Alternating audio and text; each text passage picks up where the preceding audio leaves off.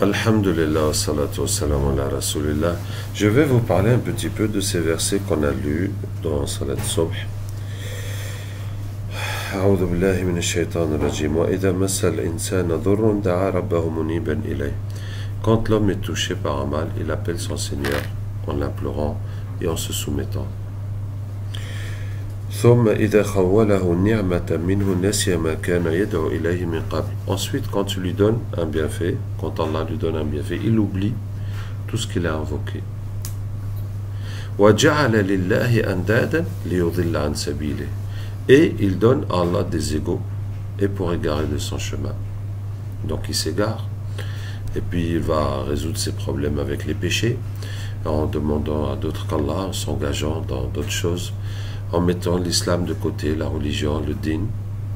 Et puis on va se rappeler d'Allah que quand on est coincé, quand il n'y a pas de solution, mon fils a le cancer, une solution qui me dépasse, là vraiment tout est en péril, le seul recours c'est Allah. Dès que, à l'instant que le problème a disparu, on oublie Allah instantanément. Dès que l'argent est là, la guérison est là, la chose est là, ça y est, on revient dans le dunya, on reprend ses habitudes, etc. Allah dit Qul tamatta bi kufrika qalil. Profite de ta mécréance un temps. Il y a ce mécréant-là, il croit en Allah ou pas? Mais il croit en Allah, puisque quand il a un problème, il demande à Allah. Donc ce n'est pas un mécréant qui ne croit pas en Allah. Mais il y a le kufr billah et kufr bin ni'am. Il y a le fait de renier Allah, de renier les bienfaits. Donc c'est quelqu'un qui ne remercie pas les bienfaits d'Allah. Parce que quand il est en péril, il demande les bienfaits d'Allah. Quand il y a les bienfaits d'Allah, il ne remercie pas Allah. Il va faire sa vie. Il n'a plus besoin d'Allah. Ce qu'il pense. Innaka min ashabin nar. Allah dit, jouis de ta mécréance. Un temps, tu es des gens de l'enfer. Ensuite, mes frères, Allah Ta'ala nous donne la bonne version. Ça veut dire ce qu'Allah attend de nous. Comment il faut être vraiment. Ça, c'est comment il ne faut pas être. Et vous voyez que ce verset s'adresse aux musulmans qui implorent Allah quand ils sont dans le besoin, quand ils sont dans la galère. Et après, qui vivent. Pour eux, la religion, ce n'est pas une nécessité, ce n'est pas un besoin. On règle ses problèmes comme on veut, que ce soit dans le halal, que ce soit dans le haram, que ce soit le riba, que ce soit la triche, que ce soit laisser la prière. Tout est bon pour régler ses problèmes. Quand il n'y a plus de solution, on demande à Allah. Quand c'est réglé, khlas, la vie reprend. Donc Allah nous donne la bonne version. Aman huwa qanitun ana al-layli sajidan wa qa'iman yahdharu al-akhirata wa yarju rahmata rabbih. Et celui qui est soumis des heures de la nuit, debout et en prosternation. Il craint l'au-delà et il espère la miséricorde de son Seigneur.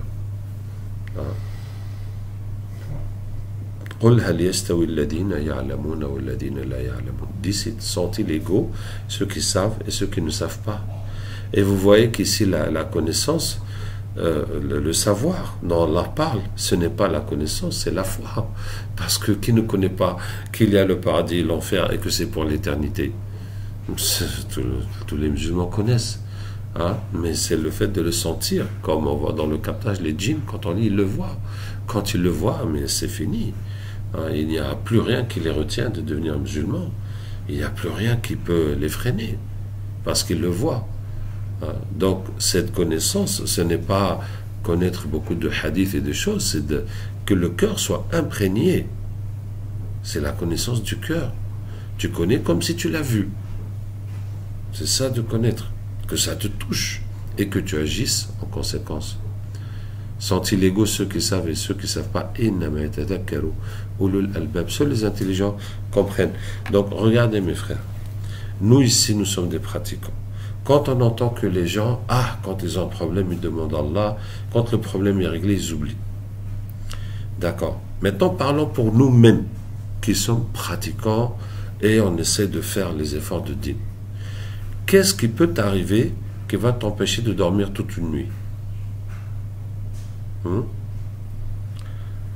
Si tu vas chez le médecin te dit tu as un cancer du côlon et ça risque de se propager dans les poumons, dans le foie, et si on ne fait rien, tu en as pour 6 mois, 9 mois à vivre, et puis bon, ben, il faudrait commencer tout de suite une chimio, on va faire un prélèvement pour voir s'il faut faire une opération. Est-ce que tu penses que ça peut t'empêcher de dormir toute la nuit? Oui, n'est-ce pas? Bien sûr. Bien sûr. Tu vas, subhanallah, tu vas réfléchir à 1001 choses. Tes enfants, ta femme, ton travail, ta santé, l'argent. Est-ce que tu as une assurance maladie? Ou bien que tout ça, tu vas payer ça comment? Hein?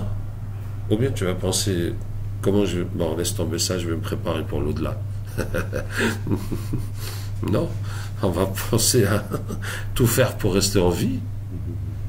Si par exemple, ton enfant n'est pas rentré de l'école, personne ne sait où il est, est-ce que ça va t'empêcher de dormir toute la nuit? Bien sûr. Ah, mais ça, il n'y a aucun doute. Tu ne vas pas aller te coucher et tu ne sais pas où est ton enfant. Si ta femme t'a dit, ça y est, je veux divorcer. Hein? Comme ça, vraiment, tu t'attendais pas du tout. Mais ça aussi, toute la nuit, tu ne vas pas dormir. D'accord? Ou bien, c'est vrai, il y en a pour qui c'est une bonne nouvelle. Hein? Alhamdulillah, il prépare. Ok, j'ai ma copine là. Dès demain, je vais lui annoncer la bonne nouvelle. Hein? Bon, ça c'est vrai. Il y en a pour qui ce n'est pas. Mais disons, pour quelqu'un de normal, qui a une vie qui est établie, sa femme, ses enfants, qui est heureux, une nouvelle comme ça le fracasse. Allah nous aide. D'accord? Alors, est-ce que le fait, par exemple, d'entendre que les musulmans se font massacrer à Gaza, ça peut t'empêcher de dormir toute la nuit? Est-ce que le fait de voir les musulmans dans le shirk, dans le coffre, on reçoit un patient qui est avec la barbe et tout, et puis il porte des gris-gris, où il y a le nom de Iblis dessus, est-ce que ça nous empêche de dormir toute la nuit? Hein? Et une patiente, machallah, très respectable, qui est arrivée à 44 ans, qui n'est pas mariée, et puis elle m'a raconté, et puis à la fin elle me dit, il faut que je te dise une chose, comme j'avance en âge et que je ne suis pas marié, bon, j'ai essayé quand même d'avoir un enfant et je n'ai pas réussi. Hein? Une sœur respectable, que tu respectes comme ta sœur, et que tu te dis que bon, ben, elle ne peut pas se marier et elle veut au moins avoir un enfant, donc elle essaye par n'importe quel moyen de se faire enceinter par qui que ce soit, et puis malgré ça elle n'arrive pas à tomber enceinte. Hein? Mais si c'était ta fille qui t'a raconté ça, comment tu vas sentir? Si c'est ta sœur qui te dit ça, bon, ta sœur c'est moi, mais si c'est ta fille, comment tu vas sentir? Ça ne nous empêche pas de dormir. Vous voyez? Donc pour ça, ce verset que je vous dis, le deuxième verset, Allah dit, celui qui passe la nuit debout et prosterné, parce qu'il craint l'au-delà et il espère la miséricorde de son Seigneur. Ça, mes frères, c'est la foi al-iman al-matloub. C'est la foi qui est demandée. C'est ce qu'on a besoin. Et dis-toi que tant que nous n'en sommes pas là, c'est la dunya qui est dans nos cœurs. Parce que c'est la dunya que, si elle est menacée, peut nous faire passer une nuit blanche. Mais tout ce qui concerne le din, ça ne peut pas nous faire passer une nuit blanche. Vous voyez? Il faut qu'on comprenne que chacun se donne cet objectif. On doit enlever la dunya de nos cœurs pour que notre vie soit pour le din. Hein? Et ceux qui... Peut-être que ça paraît excessif. Sachez que les Sahaba, c'est ce qu'ils ont appris à la Mecque pendant 13 années dans la torture, dans les sacrifices et la torture, pour que la dunya sorte de leur cœur. Toute cette motivation de dunya sort de leur cœur. Et ensuite, à Médine, ils ont appris donc les Ansar, des milliers, pendant des années, dans les guerres et dans les choses, pour que ça sorte de leur cœur. Ils sont passés par toutes ces situations pour que ça sorte de leur cœur. Et c'est ce dont nous avons besoin maintenant pour l'arrivée de Dajjal. Parce que cette religion superficielle, où on a l'apparence de din, mais la réalité de dunya dans le cœur. Parce que ce qui peut vraiment motiver nos cœurs, c'est la dunya. Tout ça avec Dajjal, ça tombera. Il n'y a que la vraie foi qui pourra résister. Donc pour nous préparer à Dajjal, mais on n'a pas besoin de Dajjal, c'est pour nous préparer pour le jour dernier, pour rencontrer Allah, pour réussir. On n'a pas besoin que, ça y est, Dajjal va venir, il faut que, on a qu'à se préparer. Non, mais on le fait parce que c'est la foi que Allah nous demande. Hein? Mais pendant tout ce temps, les musulmans, on a une foi superficielle et la dunya qui remplit nos cœurs et qui remplit nos vies. Et puis, ça passe. Ça veut dire qu'on vit, on meurt et puis on ne voit pas de conséquences. Mais les conséquences, on les verra le jour dernier. Parce qu'Allah dit, profite un peu de ta mécréance, tu es des gens de l'enfer. Mais avec Dajjal, ça veut dire, un des buts de l'épreuve de Dajjal, c'est de faire le tri entre les vrais croyants et les faux. Et la plupart des musulmans le suivront. Ceux qui sont dans le shirk et le kufr et la sorcellerie, etc. Et comme vous voyez, il y a tellement de Mahdi, de faux prophètes, de sectes qui viennent chez les musulmans, qui se développent. Mais tout ça, ils vont suivre Dajjal facilement. Mais ceux aussi qui suivent la dunya et qui désobéissent à Allah pour la dunya vont le suivre. Et il y a ceux qui désobéissent à Allah, même pas pour la dunya, juste comme ça. Ça veut dire que quelqu'un peut laisser la prière, laisser le hijab, ou faire, je ne sais pas, quel péché à cause du boulot et par contrainte. Mais il y en a qui font les mêmes péchés sans aucune contrainte. De leur propre choix, sans aucune contrainte. Comme il y a quelqu'un qui peut prier, mais à cause du travail, il ne prie pas à l'heure. Mais il y a quelqu'un qui ne prie pas du tout. Tu vois, et qui ne prie pas du tout. Sans aucune contrainte, sans que personne ne lui fasse quoi que ce soit, etc. Bon, donc, ce que je veux dire, voilà. Chacun doit se donner comme objectif d'avoir la foi qui nous motive. Hein? Comme quelle que soit la chose de dunya qui peut te motiver au maximum. On doit avoir cette pensée de l'au-delà, du paradis, de l'enfer, du jugement, qui fait que on est toujours mobilisé, comme si là, il s'est passé quelque chose de grave, et vraiment, tu dois tout faire pour régler ça. Mais, subhanallah, c'est grave le jour dernier. L'enfer, le paradis, le jugement devant Allah. On doit tout faire, ou bien c'est réglé. Est-ce que pour quelqu'un, ça y est, la question est réglée de comment mes comptes devant Allah vont se passer? Ça y est, c'est réglé, tu peux dormir tranquille, tu as réussi? Non.